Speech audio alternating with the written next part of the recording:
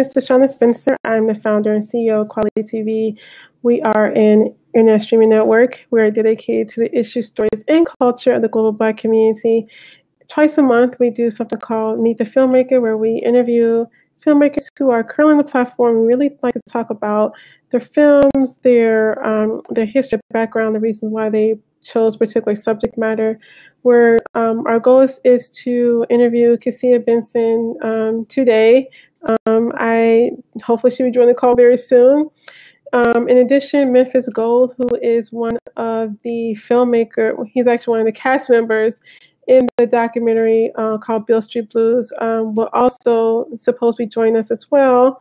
And so hopefully they'll be joining us very soon. Looks like, okay, Kecia might be joining us just now.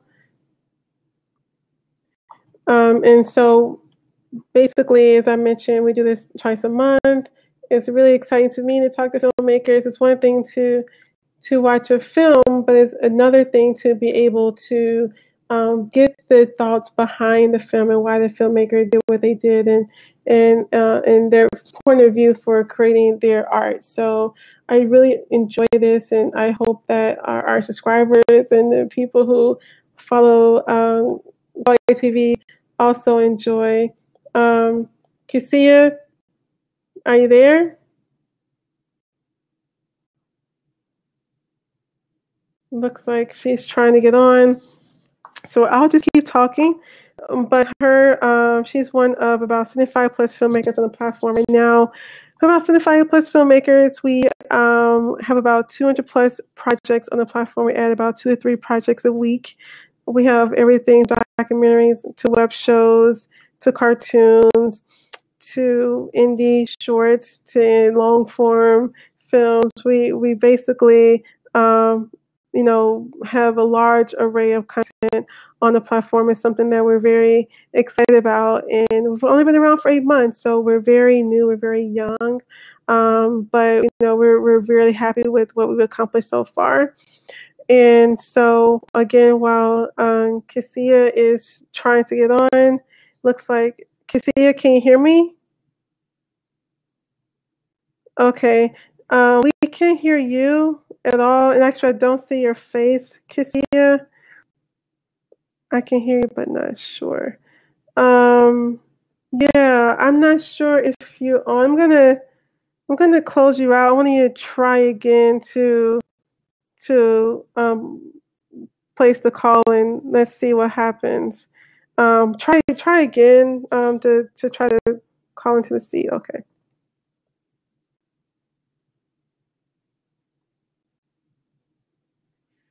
Alrighty, and let's see if it works this time.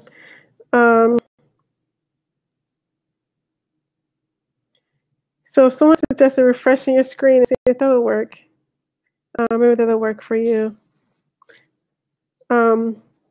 So as I was mentioning, Kecia is one of 75 plus filmmakers on the platform. She actually has 2 projects on the platform. There's Beale Street Blues as well as Kenya Eyes.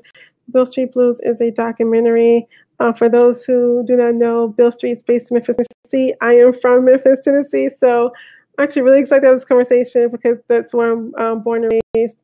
I'm in Memphis, and it's really great to watch a documentary about the history of Memphis. For those who don't know about blues, of course wasn't started in Memphis. Blues, the birthplace of blues is actually Mississippi, which the CMO for kweliTV is from. He's from Mississippi.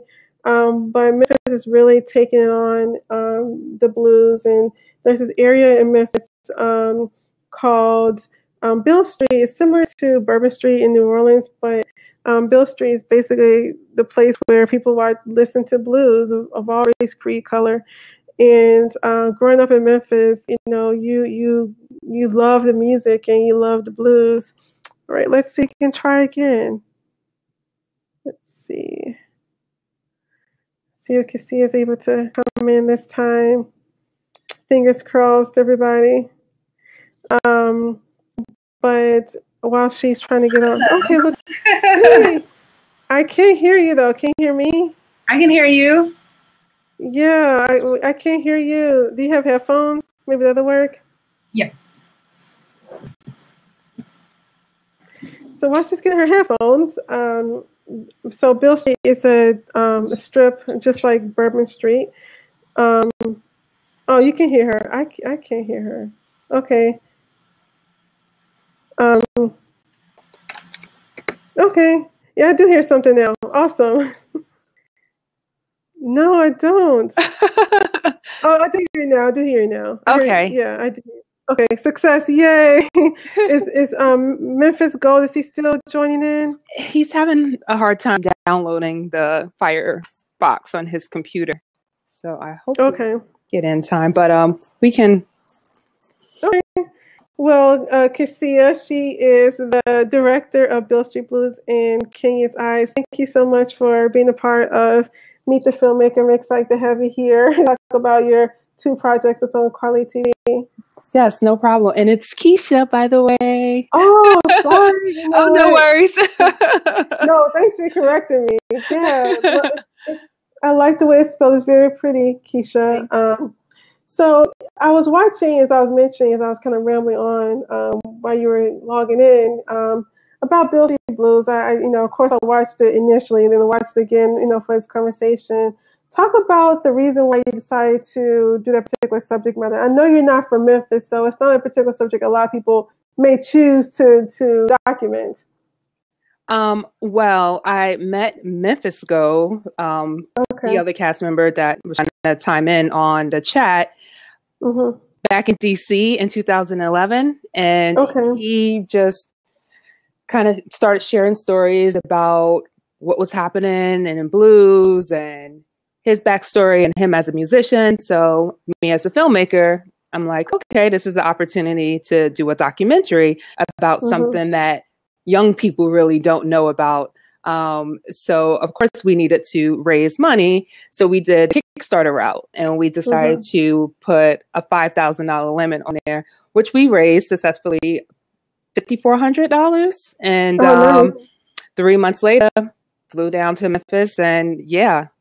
Was it your first time in Memphis when you did the documentary? Was, and the catfish was awesome. Yes, from Memphis, right? No, I found out just now. Born and raised, as they say, literally born and raised in Memphis. So I know Beale Street very well. Spent a lot of time there, and being from Memphis, I know about people sort of blues is sort of like a forgotten art in a way, which the documentary talks about a little bit. But being from Memphis, like, it's never really left me, and anyone who's like really from deep south, like the city of Houston, Mississippi. You go to Mississippi, you still go to a joint. You may hear some blues. I mean, that's just how it is. So talk about what you learned during the documentary and learning about the history of blues. Well, one of the things I found fascinated was that majority of the guys who started off on Beale Street played outside. None of them played inside of the clubs, which is where you make most of your money.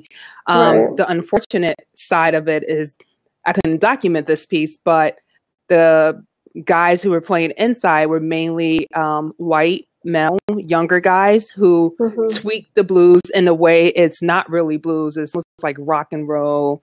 That type of feel. And the guys who are like the old school Memphis Gold and Charles, sorry, I'm having a blank on the guys that I interview, Big Jerry or Miss Zeno, and these guys end up playing outside because they get kicked out of the main clubs. They're just not allowed to play in there anymore. So that was like the most fascinating thing I found out about documenting Memphis and his life, and as he take me through the journey. It's really interesting hearing, the blatant racism that's going on and you think about a lot of the music industry, a lot of times Black people basically create something, and then someone else takes on their art and changes it, and then kind of takes it as their own. And that's kind of what you're seeing with blues. And it was disheartening to hear some of the blues legends who've been around for so long and playing outside for so long, and they're not getting the same opportunities as someone who's younger, who's white, who really doesn't understand the music, the history of the music. Right. And it's almost like they worship B.B. King. It's like that's the black face of Beale Street. And when you look at it, BB King is great, but there's other musicians that are also just as good as BB King that doesn't get the recognition. And I think that's the problem of blues. And that's why it's kind of like that die-in genre of music that people don't appreciate anymore. Right, right. What was the biggest lesson you got out of doing that documentary? The biggest lesson? The biggest lesson? Maybe hiring a better crew next time to fix the audio, as far as like the production goes. And I think for me, this was a new genre for me to take on, doing a documentary, probably doing more of research beforehand. I think I was excited to do a documentary so quick, and we raised the money so quick. I'm just going to fly out there and shotgun this. Yeah, it's like guerrilla style. And I really wished I had a more intense research before I started doing a documentary. So that would be my only kind of biggest mishap when it comes to the final product. And as a filmmaker, I mean, what do you prefer? I mean, of course I saw Kenya's Eyes, which we're going to talk about in a minute, but doing a scripted film, there's a lot of planning involved. There's a script that, it's almost like an architecture where it's almost like a blueprint for film. And I feel like people don't a lot of times do that when it comes to documentaries. I think they do a little bit of research, but there really is no script because you don't really know. For some films, you don't know what's going to happen. You go there trying to document something, and you don't really know what the future will hold. I mean, talk about which one do you prefer, documentary versus a scripted film, and how do you go about creating your particular projects? I think it all depends on my mood and the year. I love film. My heart and my passion's in film, so I would never stop doing film, but documentary is like new to me. So if I see a topic that I feel like I want to spend 3 years investing my time and energy in, I will do it. What was the second part of the question? Sorry. About, how do you go about creating your art whether it's a documentary or whether it's a scripted film? How do you go about creating what you want people to see on screen? I'm a feeler, so I feel energy and I rock with people depending on who it is. With Memphis, I met him just out of the blue and we kicked it off. And because he lives in the DC area technically, right? Yeah, he lived in DC, and I lived in DC for a year, so that's how we kind of met. With Kenya's Eyes, it was a more personal, because this was a message that was close to my heart about bullying, something that happened to me in the past. So it was easy to write that film. And the technical part, because I used to work with Spike Lee for so long, the production to post-production with film was kind of like second nature to me. So I love doing the film process. Documentary is a little hard because you never know what's going to happen. And when you start off documenting someone's life, the story ends up being different. You don't always have the end result that you thought, just because you just never know how it's going to end. And that's the beauty of documentary. That's why I love it too. I'm also working on a documentary about hip hop comedy that started up in a Uptown Comedy Club in Harlem. And I'm 3 years into the project. Wow. It's done, but it just shows you how much, like, the documentary style takes so long.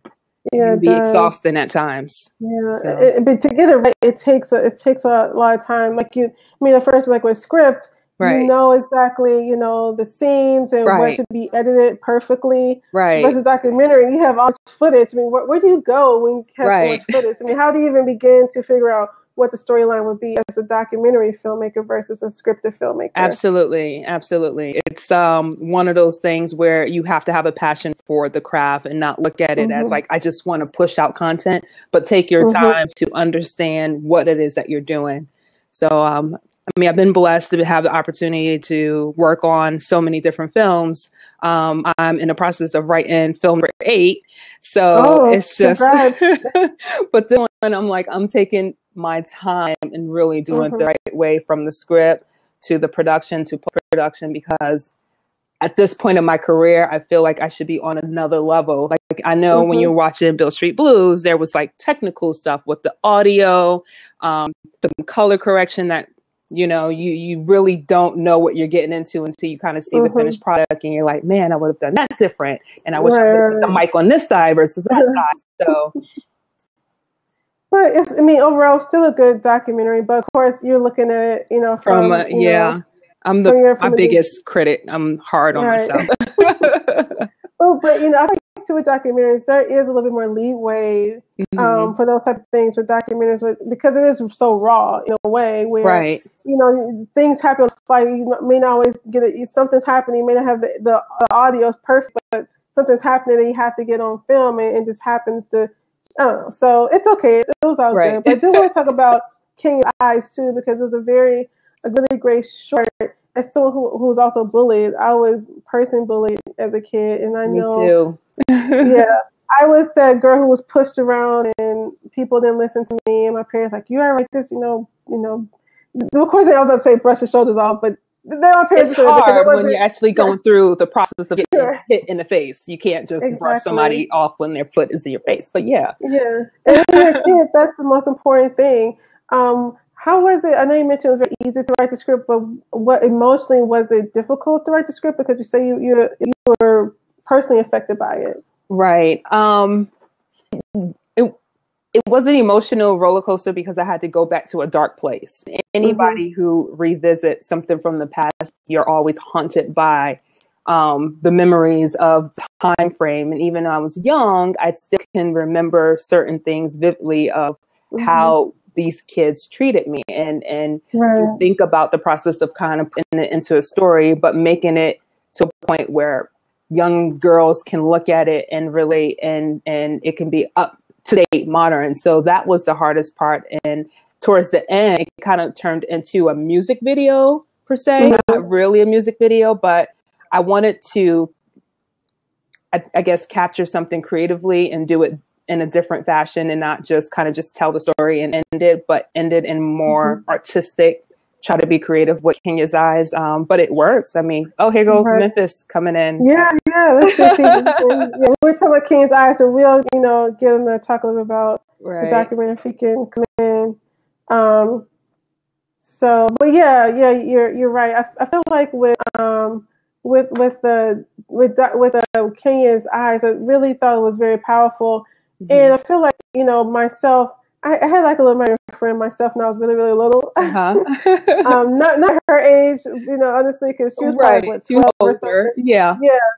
But, I totally, from her eyes, kind of how she saw the world, and really not feeling you can really talk to anyone. I feel like a lot of times when you are being bullied, you don't even know how to tell adults. You don't know how to interact. You're kind of afraid to tell your parents, because your parents just say, "Well, next day, be a part of, help beat them up." Well, they're big, I'm sure, So it was very truthful in doing that.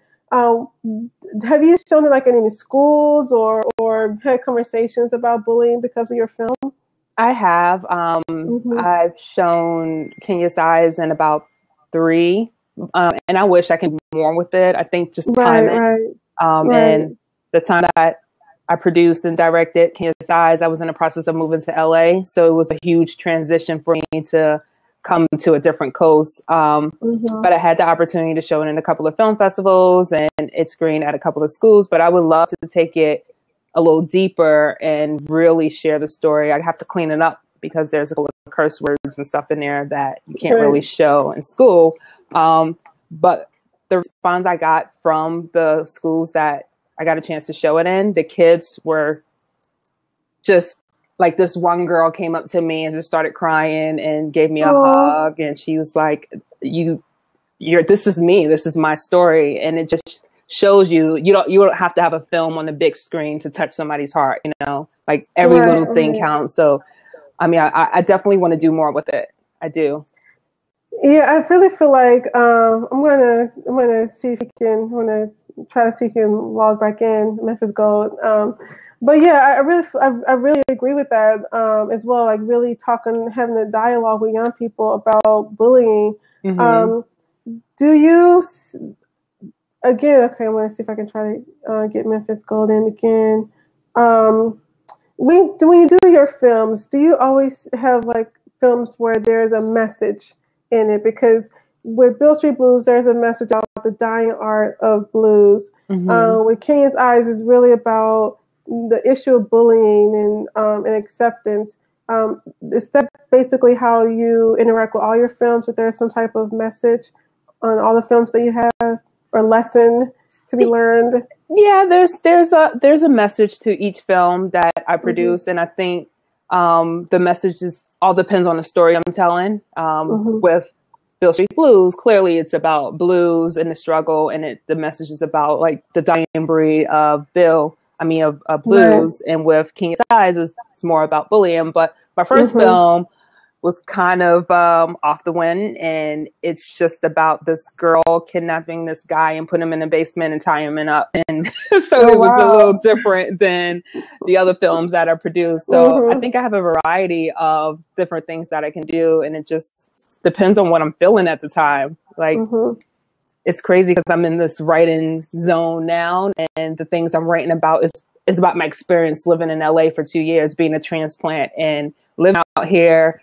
would open your mind up to a different perspective, because I'm straight East Coast. Like, I'm a New York girl, and I'm a diehard chill chick. So living out here, I'm experiencing different vibes, and it's just opening up my mind to write about more experiences that you would never get unless you experience it. So I guess going back to your question, it all depends. It all depends. How did you get into filmmaking? Was it something as a kid that you knew this is what you wanted to do, or there was absolutely not?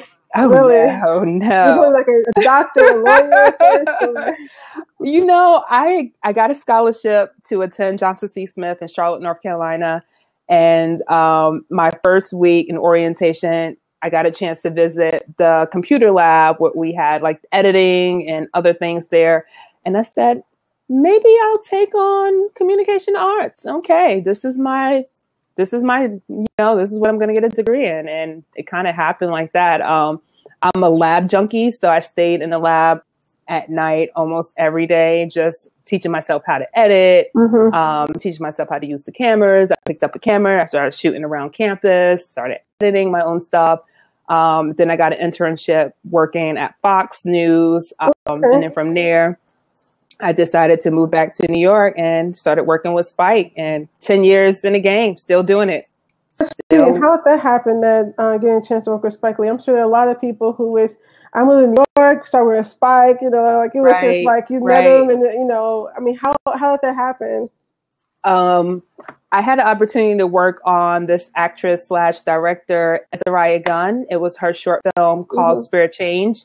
And from there, I met this young fella named Boogie, Michael Pickney, who kind of took me under his wing, and he said, you're gonna rock with me. This is what we're gonna do. So he gave me my first rodeo working with Spike, and from there I was just like one of the guys, and just they trusted me to do the work. And I think I'm a hard worker. My work speaks for itself.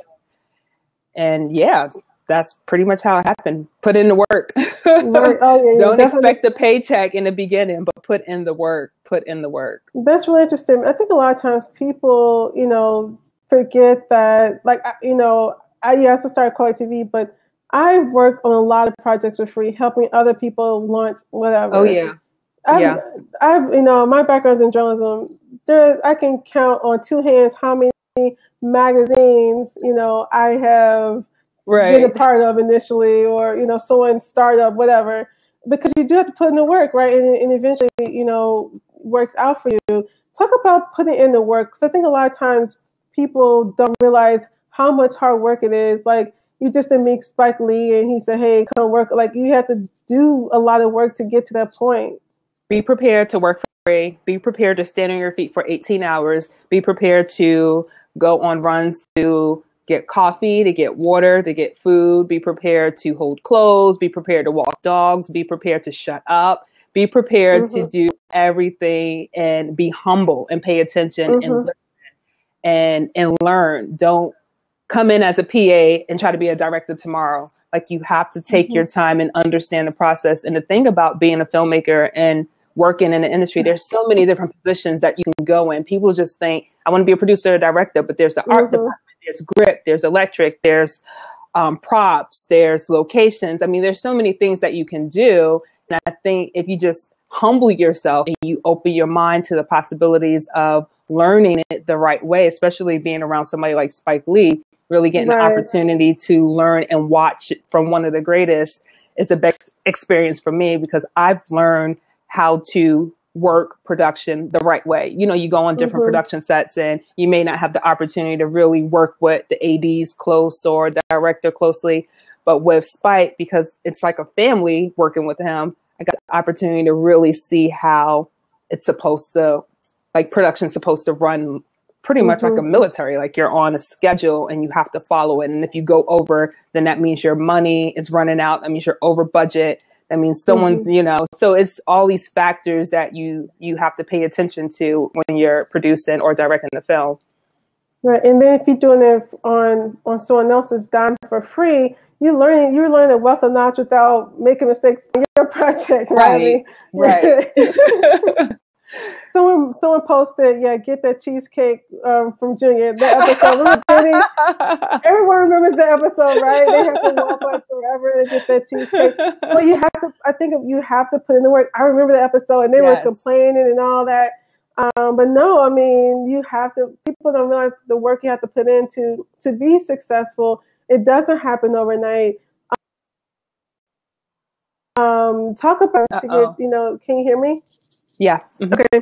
Someone said I would have walked to get a cheesecake. Yes, I would have walked to get that cheesecake too. Diddy says, walk, you do whatever. So talk about going from working for someone like Spike Lee to actually creating your own films. What was the process like to go and branch out on your own? Well, Boogie, the guy who brought me in with Spike, the way I approach him, I had to work on several projects with him first so he can see what I can do. I wrote the script. I had a plan. I presented to him in a package which was presentable and like, hey, I have this film. Would you produce it? This is what I have. This is what I need. These are my resources. These are the actors. This is the locations I have. I had to kind of put everything in line, because when you go and you seek favors or referrals, you want to make sure you have something you can bring to the table and not expect the producer to give you everything. So I think approaching him in this way with kind of doing your research and having things in line, kind of open his eyes. It's like, okay, this girl is serious. I'm going to help her produce her first film. So that's what happened. And we ran it just like Spike Lee ran his set. And it was awesome. I had my first project. We had $1,200. There was 25 people on the crew. We shot it on a weekend for 3 days, and it made it in a couple of festivals. It was great. I mean, I was really, truly blessed to have the opportunity to produce and direct a film with so many people behind my back. And it just shows what type of person you are, you know? Yeah, I think that, like you put in the work, right? You put in the work, and then people see it and they want to work with you. They want to help you out and see your vision, come to fruition. So that's a lot about you. But I think, like Russ mentioned earlier, that's just, if you want it, you have to. You got to get it. Yeah, and for $1,200, I mean, most people wouldn't even think that they can do a film for that price. So you talk about low budget, short, that it doesn't get any more low budget than $1,200. Where'd the resources go to for something like that? The crew, I guess you probably just fed them pretty much. Food. We had good food. Location, the food, clothes, and we had to rent a van. So. And the equipment, everything else was free. I did read about, for a lot of independent filmmakers, which you can probably talk about as well. Like if you don't have the money initially to pay like a cast and crew, you feed them very well, and they will be happy with that. Is that what you're learning right now as a filmmaker? Well, I'm past that part of my career now. I do believe I believe in stipends and compensating people for their hard work. But 10 years ago, Kecia, absolutely. I'm going to feed you good. We're going to have everything on set. We're going to have a platter of fruits, veggies, nuts, fried chicken, and everything else in the works. But now I pay my actress, Oh, right. everybody. But you've been around for 10 years, but though it was a process to get to that point. But so it's good to have early on having the people and support behind you to get to that point. Right. Do you see yourself being like Spike Lee, where Spike Lee, he uses a lot of the same actors and the same crew members in all of his films? Have you created that sort of magic sauce of same people that you use in various projects, or do you use different people? I'm using different people every project. Mm-hmm. I don't see myself being a Spike Lee. I just want to be Kecia, and I think the type of work I do is kind of sporadic, and it's kind of like an enigma. That's named many Enigma film works because you just never know what you're going to get. And that's the beauty of being a filmmaker. You can create whatever you want, and people would either love it or hate it.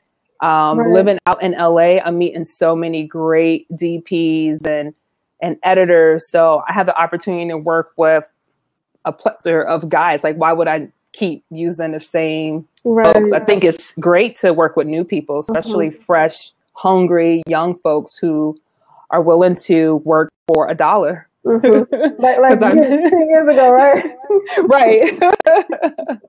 Right. What do you think about diversity? There's been a lot of talk about the lack of diversity in film and television, from the directors to producers to, of course, actors and actresses. I mean, that's why kweliTV is here, because of the lack of diversity. Being in LA, I mean, what are your thoughts on diversity, being a Black woman, a filmmaker? Oh, it's a huge factor. It's funny because the company I work for now, I'm not going to say their name, but I am the only Black person who works in this production company. And it just shows that it's not that we're not capable of getting in, but you have to understand what you're doing to get in also. And I think we're not being presented with the right opportunities. And I think sometimes because I've met a lot of different filmmakers out here on different levels, and hearing how they interact, and they just assume it's supposed to be this way. And in my head, I'm like, I had to work 10 years just to get to the point I'm at now, and I'm not even where I want to be. So it just shows you have to continue to grow and hone your skills. And a lot of people just expect just to be the next big thing without putting in the time. So when you talk about diversity, yes, there's a huge lack of diversity out here when it comes to women, Black men, Asians. It doesn't matter what your race is. It's so hard for us to get in. It's almost like you fight to get in, but then you're still fighting because you're in, that doesn't mean they're going to greenlight your project. Like, there's so many other things and factors you got to go through. And I think it's all about who's the strongest at the end of the day. Like, don't get defeated. Don't be defeated because this person's not giving you an opportunity. No, just keep going, keep moving. Like, there's so many other avenues and outlets you can do. And the internet, I mean, look at YouTube, look at what Amazon is doing. I mean, you have Hulu, you have so many ways you can get your project out there. You just have to present it and have something quality, like have something that you can present to people that will get them talking, and don't give them bullshit. Sorry for my language. No. When I'm not talk to my chief marketing officer, so no, curse words don't bother me at all. We'll see if we can try to get him again. If not, we may have to give up on him. But I'm not trying to give up, because I totally agree with you about the not quit part. I think a lot of times people, number one, do expect things to happen overnight, and number two, because it doesn't happen overnight, they give up very easily. When people don't realize, like you mentioned, it took you 10 years. How many people will want to spend 10 years? They're like, well, by now I should be, Ava DuVernay, when people don't know what she went through. I think a lot of times people don't realize what overnight success really isn't. Overnight success, pretty much, there's like 10 years in the making, pretty much, like someone like you. And I think it goes back to really understanding the process of filmmaking, and it's like, all right, do you want to be a filmmaker, or do you want to work in television, or do you want to be a documentarian, or do you want to do reality, or do you want to do web series? I mean, you don't have to limit yourself to just one particular thing, but there's so many opportunities to do several different platforms of how to tell your story. So it's up to the person and what it is that you want to do. That's why when you ask me, am I going to do like film or documentaries? I feel like I just want to do it all. Right. And if I have the opportunity to do it, like I'm going to do it. And that's why I'm writing my first web series that I'm excited about. Okay, so let's talk about that. What's the web series? Ooh, I'm scared to talk about it. You have to put it in the atmosphere. Isn't that what they say? No, I have to put it in the universe, as long as nobody steals my idea. So it's I think I kind of briefly talked about it. It's going to be called Transplant, and it's kind of my experience of what I'm going through out here in LA and all the interactions. I swear to God, I feel like my life is like a movie. The things I go through and my experience, it don't happen to people. And I'm like, why am I stuck on the hill with this coyote right now? And something can, but it's like seriously, so like I go through crazy experiences out here, meeting people and they're crazy producers and directors that have to interact with every day and money folks. And I said, you know what? I think I'm ready to write my comedy. So I'm using my experience out here to kind of make it a web series, almost like, I don't know if you're caught up on like Awkward on Hulu or like, what is it? What's the Amy? I know you're talking about. Gosh, what is her last name? But I'm using that platform of kind of that type of writing style to like Black actress type of, the web series Black actress in a way. Similar to that, yeah. Yeah, I agree. I think, it's kind of like dry humor in a way where it's not like slapstick comedy, but things happen and it's comical, everyday occurrences that are actually funny when you after it happens, right? Right, like Broad City. Do you watch Broad City? No, I watch Broad City. Okay, so I'll check it out. It's similar to my writing style, is similar to that, and it's funny I said Broad City because I used to work on Broad City. Really? So yeah, I did season 2 with the girls, and you got to check it out. I would definitely check it out. Do you see Comedy Central? Do you consider yourself a comedian? Being able to write comedy? Absolutely not. Nope. I'm gonna just put all my ideas on paper, and I plan on hiring a real like screenplay writer. Like I'm investing money into writing someone to come and clean up my script this time. Okay. Well, I mean, what's seen so far has been really awesome. What advice would you give to budding filmmakers who want to go to New York and bump into some awesome big filmmaker and put, an experience what you experienced? My advice would be prepared for anything and be willing to make a lot of sacrifices. Sacrifices not being having time with your friends or your family because you're really putting the time in to focus on your career. If this is what you want to do, take it serious. Don't take anything for granted. Don't ever think you're too good to do something because we're always learning. We're always growing. So, yeah, I think that's a very valuable lesson. I feel like nowadays, I mean, do you work with a lot of younger, hungry people now? Do you see a lot of people understanding what it takes to be a filmmaker? Or do you see more people, like this and tomorrow they're, Right. I think younger people want like quick satisfaction. Like I have to get it now. And it's like, what about putting the work in? So you don't want to fill up the cooler and it's empty. It's like, no, I want to go direct, but you just started yesterday.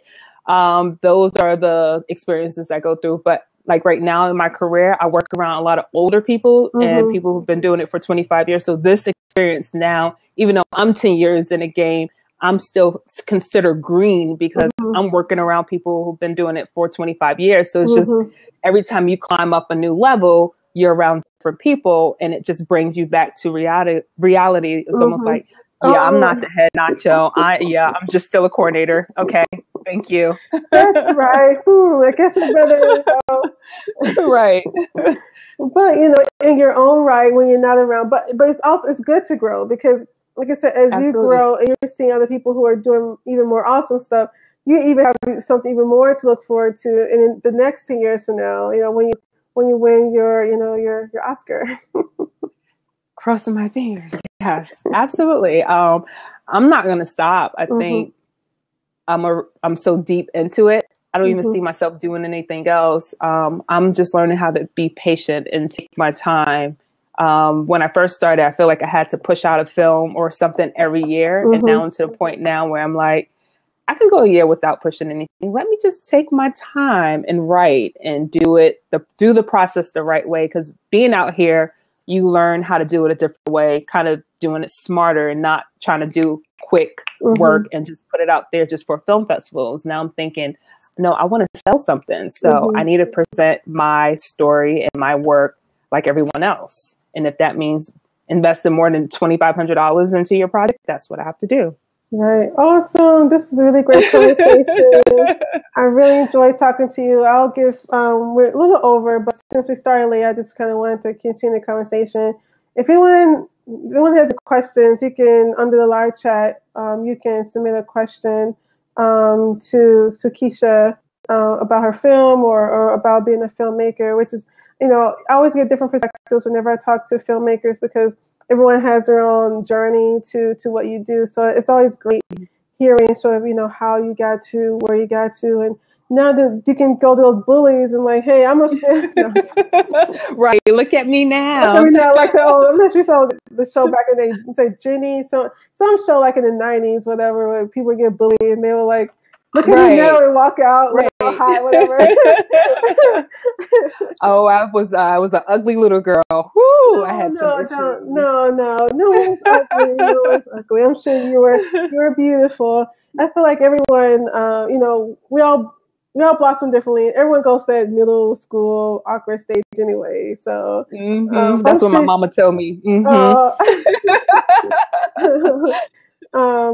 So Memphis Gold has a question. He wants to know, how was it like working with Memphis Gold? Yeah, how was it like working with him? Oh, Memphis, you were awesome. I love working with Memphis.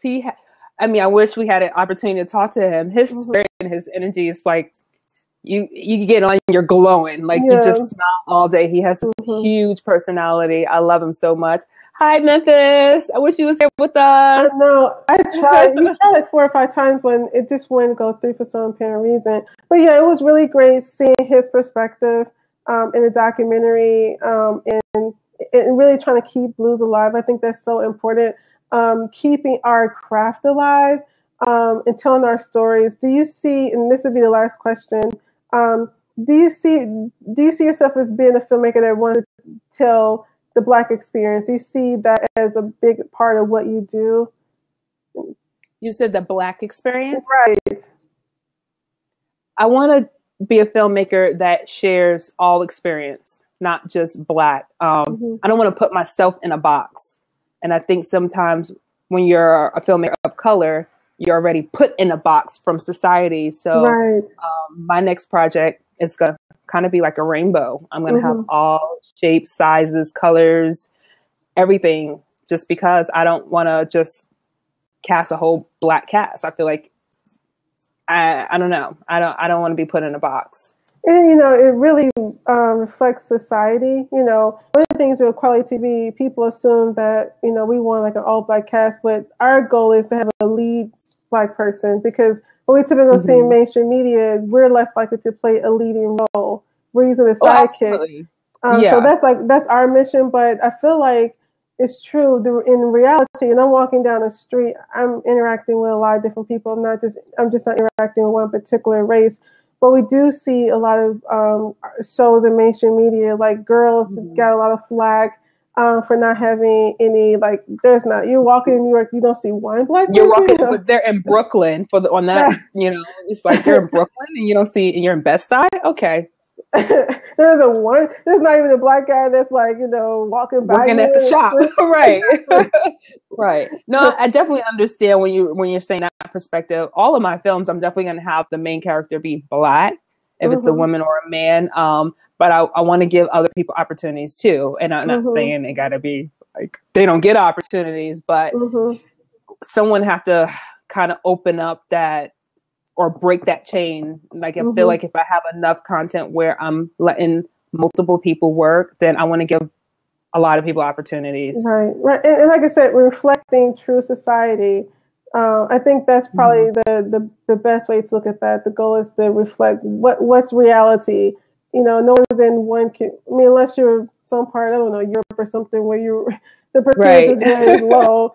But in America, you're going to come across a lot of different types of people, no matter where you are. So any parting words before we go? This is a really great interview. Any parting words for our people who are watching us live? Well, I would like to thank you for giving me the opportunity to show my film on your site. I think it's awesome what you're doing. I applaud you, sister.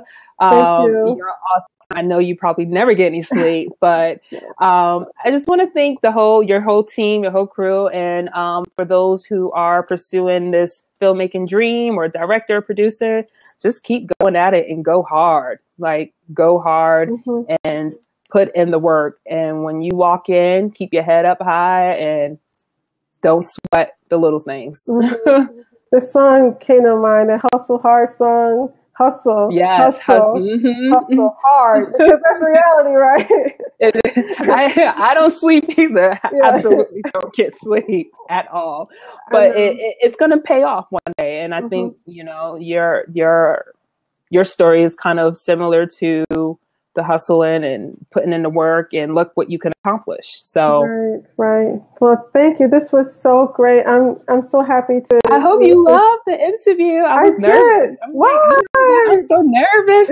It's just like we're old girlfriends talking at a coffee shop, minus coffee, but people are watching us, right? Besides, just don't worry about those pesky people who are watching us, right? No, but this is really awesome talking to you. I always love talking to filmmakers and give their insight on, their craft and why they do what they do. So this is really great. So thank you for being on the platform. Thank you for, taking a chance on us. We're a new, startup company, and I'm always very thankful to filmmakers who entrust us with their content. Yes, I love it. So thank you so much.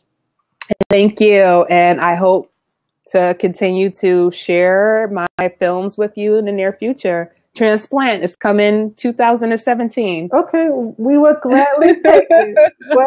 It was so great talking to you, Kecia. She is the director of Beale Street Blues as well as King is Eyes. Check them out right now on kweliTV, $19.99 a year while we're still in beta, just for a little while longer. So you better get on that. Yes, get on it. Exactly. And I'm DeShuna Spencer, founder and CEO of kweliTV. The other team members who are part of kweliTV who are Skyping and not Skyping, but kind of doing chats. Corbin, he is the chief marketing officer, and Phoenicia, she's our social media manager. So thanks everyone who joined us, as well as our ambassadors. And so until next time, bye. Bye. Thank you, everybody.